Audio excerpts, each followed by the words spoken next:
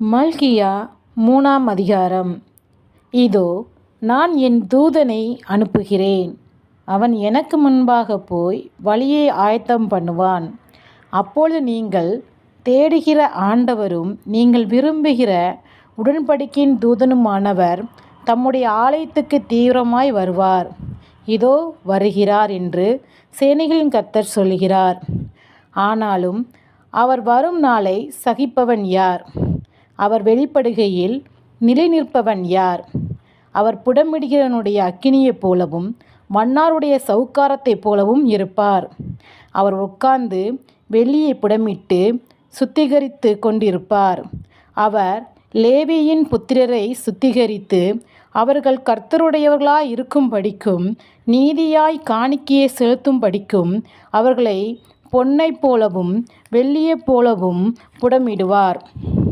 அப்பொழுது பூர்வ நாட்களிலும் முந்தின வருஷங்களிலும் இருந்தது போல யூதாவின் காணிக்கையையும் எருசலேமின் காணிக்கையையும் கர்த்தருக்கு பிரியமாயிருக்கும்.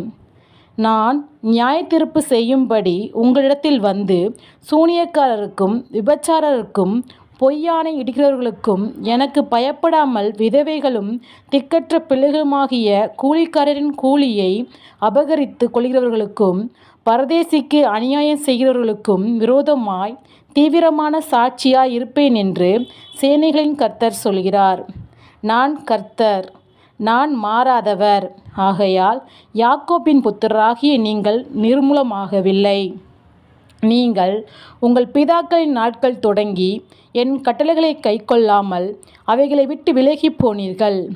என்னிடத்திற்கு திரும்புங்கள், அப்பொழுது உங்களிடத்திற்கு திரும்புவேன் என்று சேனைகளின் கர்த்தர் சொல்கிறார். நாங்கள் எந்த விஷயத்தில் திரும்ப வேண்டும் என்கிறீர்கள்? மனுஷன் தேவனை வஞ்சிக்கலாமா? நீங்களோ என்னை வஞ்சிக்கிறீர்கள். எதினாலே உம்மை வஞ்சித்தோம் என்கிறீர்கள்? தசம்பாகத்திலும் காணிக்கைகளும் தானே. நீங்கள் சபிக்கப்பட்டவர்கள். ஜனத்தாரியாகி நீங்கள் எல்லோரும் என்னை வஞ்சித்தீர்கள். என் ஆலயத்தில் ஆகாரம் உண்டாயிருக்கும்படி தசமபாகங்களை எல்லாம் பண்டகசாலையிலே கொண்டு வாருங்கள்.